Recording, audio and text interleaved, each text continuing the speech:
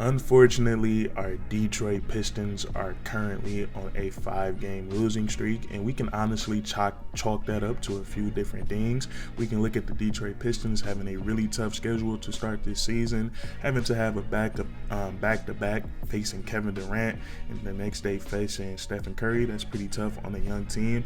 And we can also look once again, our team is plagued by injury. We've been missing Jalen Duren for a couple games. Jaden Ivey has missed the last 2 games. Alec Burks, I believe, has missed the last 5 games. And we still haven't seen the second best player on this team, Bojan Bogdanovic, which I am still very anxiously excited to see. But nonetheless, with the Detroit Pistons losing these games and us being on a 5-game losing streak, once again, I'm not too pressed because these are teams that's looking to contend for a championship that we're losing to, and we have many key players out of the lineup. But even though we're losing, I think there's still plenty of bright spots. If you're watching the Detroit Pistons play, there's a bunch of bright spots that we can take out of these first few games. And the biggest one, I believe, is Ausar Thompson. And I think we got ourselves another maniac, another nut on our team. And when I say that, I don't mean that in the negative way. I don't mean a Kai Jones type of maniac, but I mean like a Ben Wallace or Dennis Rodman, a Ron Artest, guys that don't mind getting their hands dirty out on the basketball court. So I think it was a really huge plus that we got Ausar Thompson, because he really gives this team an identity, or he fits into the identity that the Detroit Pistons has had when they've been a successful franchise that's been able to compete in the playoffs and win NBA championships. And we look at Ausar Thompson just 8 games into his young NBA career. He's already put himself into some pretty historical conversations and put himself among some pretty historical NBA names. We look at his first game of his NBA career against the Miami Heat. He comes out and he gets 5 blocks, and that was good enough to tie him for the 3rd most in NBA history in a rookie's debut. We look at a recent game on Sunday against the Phoenix Suns. His finishing stat line was 14 points, 9 rebounds, 4 assists, 4 steals, and 4 blocks. And only 2 other rookies in NBA history have achieved those numbers, and both are Hall of Famers, Ralph Sampson and Kevin Garnett. And what's so crazy about these 3 guys, Ausar Thompson is 6'7", KG is around 6'10", 6'11", and then Ralph Sampson was a skyscraper. He stood at like 7'3" or 7'4". So Ausar Thompson is flying around the court, rebounding, blocking shots like he's a center. He's playing like a center in a wing's body. So I thought what he's been doing so far this season as far as numbers has been pretty impressive. And then he's averaging around 11 points per game, 8-9 rebounds per game, 4 assists per game, 2 blocks per game, and 1 steal per game. So his impact on the court so far this season has been drastic for the Detroit Pistons. And now that we've got the numbers out the way, we can now talk about the fun stuff, the stuff that we're actually seeing with our eyes out on the basketball court while we're watching the Detroit Pistons. And Ausar Thompson really does have that it factor to him, like some of the great Detroit Pistons in franchise history, like Ben Wallace and like Dennis Rodman. And with these 2 guys specifically, man, I think they all 3 of these guys have so much in common. We look at the way that they're playing right now. All of them were considered to be undersized. We look at Ben Wallace, who was 6'8", 6'9". I always hear so many different heights with Ben Wallace. I've heard someone call him 6'7", but just know he was very undersized at the center position, but he was a 4-time Defensive Player of the Year.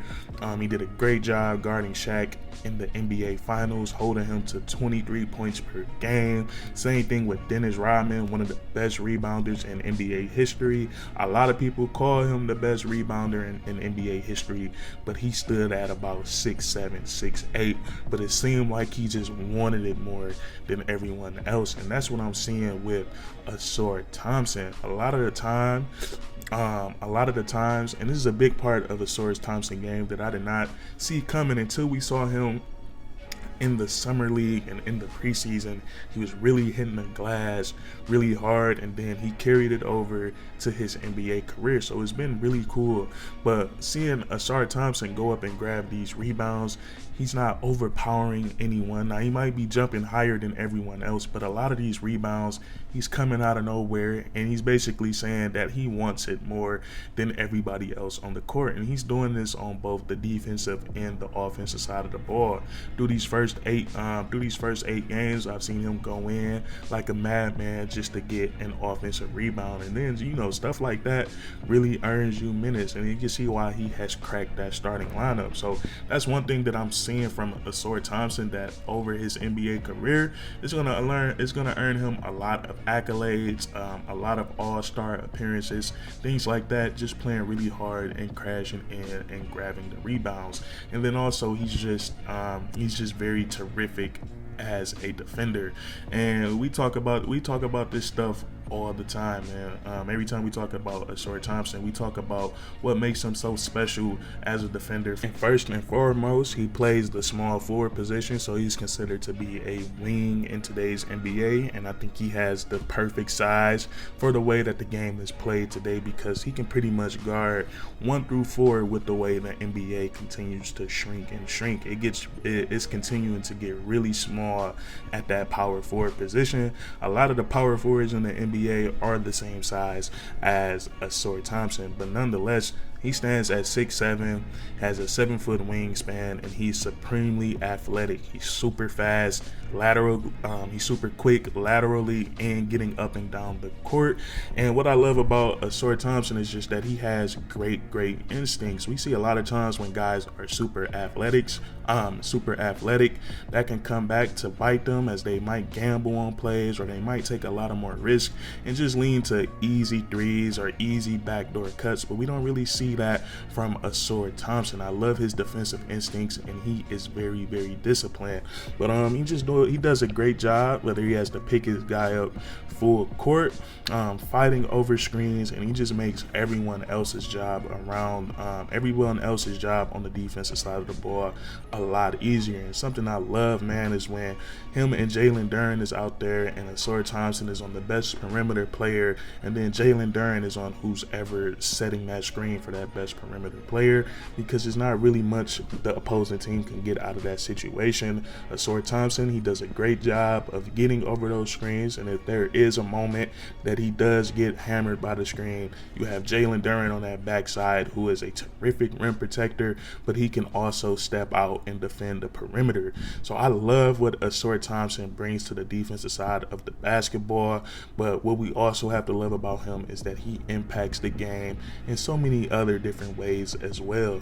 And so we've talked about how similar our rookie Ausar Thompson is to guys like Ben Wallace and Dennis Rodman, how they were undersized guys, but they played the game with such intensity and tenacity. We talked about how similar they are, but Ausar Thompson, he's pretty unique when it comes to those two guys as well. He's a little bit different on the offensive side of the ball. Now, Dennis Rodman and Ben Wallace, they didn't have much of an offensive impact, but I think Ausar Thompson, he might be able to have a really good impact on the offensive side of the ball during his NBA career. Now, so far this season, he hasn't been shooting the ball very well, 37% from the field and around 16-17% from the three-point line, and I definitely expect those numbers to come up. It's really just a three-point shot in the mid-range closer to the rim. Ausar Thompson has been pretty good and pretty efficient.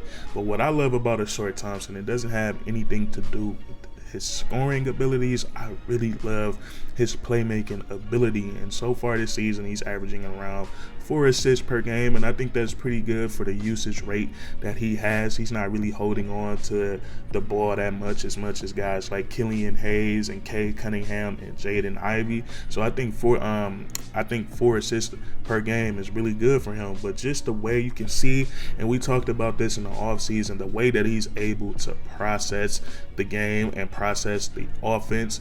He makes the right passes on in transition, setting up his guys, and he also makes the correct passes in the half court. So he really sees a lot of things before it even happens, and making plays like that are really special and really fun to watch. So I think throughout his NBA career, as he gets more comfortable, more acclimated to this style and to this competition of basketball, he's going to be an even better playmaker.